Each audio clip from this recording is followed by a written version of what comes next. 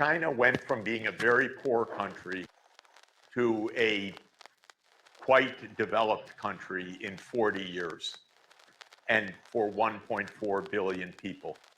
So this is the biggest single change in the world economy in a very, very long time. And it is the first time, well, Japan was the only case for a long time of an Asian country that achieved even industrialization. But this is something different.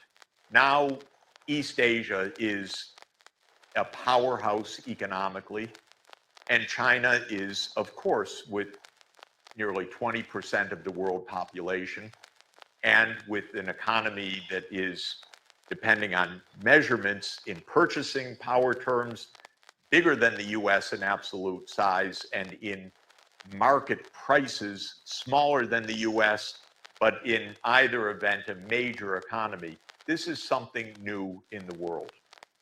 It's a good thing overall for the world, because China went from poverty to development, and China in 2,000 years has played a major role in world civilization, and I'm glad to see China back on its feet.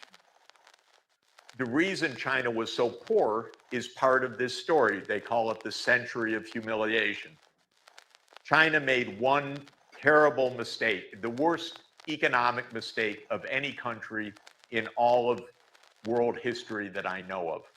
And that was in 1433, so 600 years ago, they stopped their naval fleet, and they became an inward-looking country. And then 350 years after that, suddenly Great Britain started knocking on the door, and China realized we're behind. And then in 1839, Britain launched the war for the freedom to export opium to China. Mind-boggling.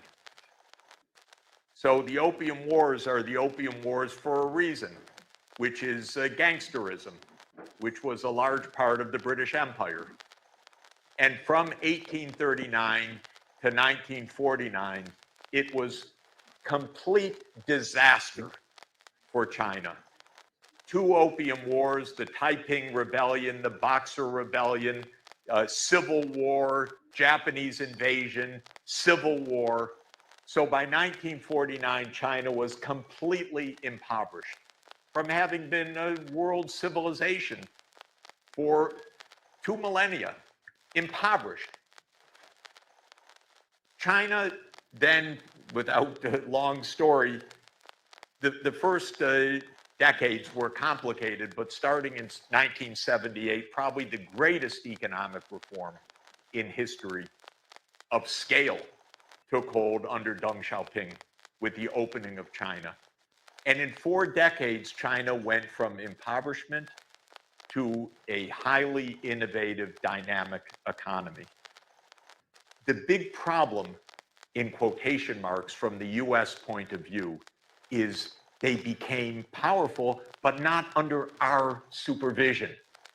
The Americans have the audacity to say, we believed that they would become a liberal democracy like us if they develop, but that failed, so now we have to confront them. That's the American mindset. It's a little ignorant because China's statecraft, centralized state, is not about the People's Republic of China or the Communist Party of China. It started in 221 BC. Centralized state. It started with the Han Empire. So this is a long story. Americans don't care, don't understand it. Now, your question is, what does it mean for China and the world?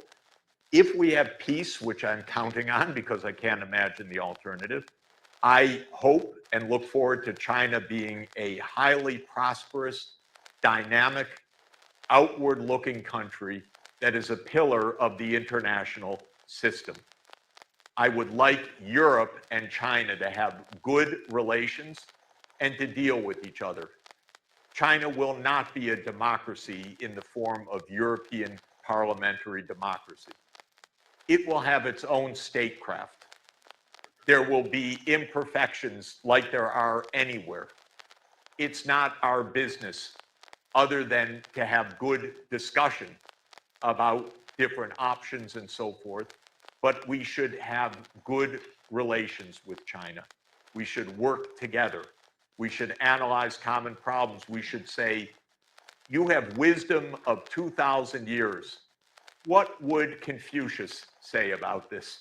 What would deep Chinese values say about this? It sounds silly, but I think it's a very serious point.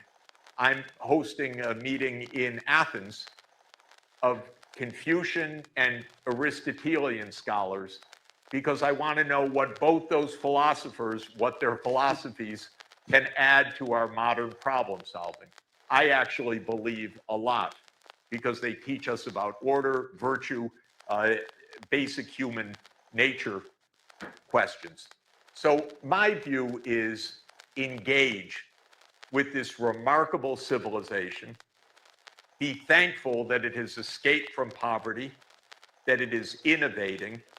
I'm grateful, for example, that Chinese scientists developed the most effective treatment for malaria that we have, from an ancient Chinese herbal treatment from Qinghua So, which we use the extract artemisinin, which is saving millions of lives every year in Africa and Southeast Asia because of what a Nobel laureate Chinese scientist developed of an ancient practice. Well, there's a lot of that that can come.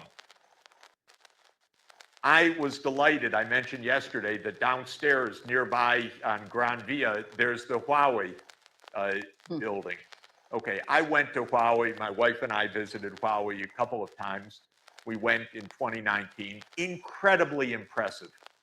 So impressive that the United States insisted on shutting them down. Why?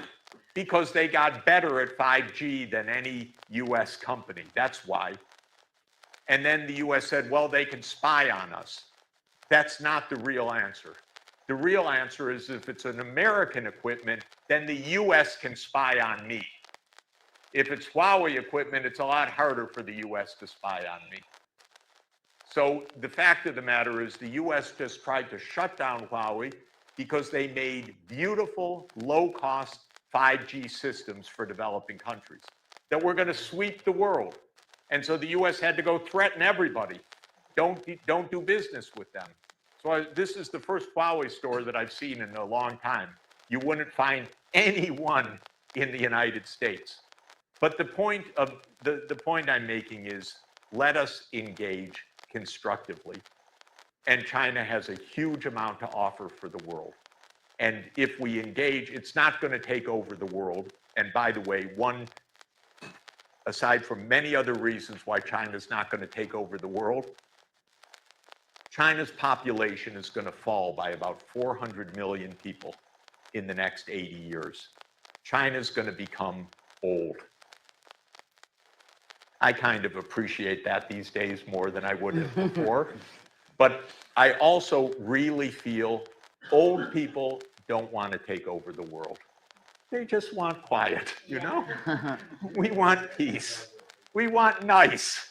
And that, I think, is what China will want as well.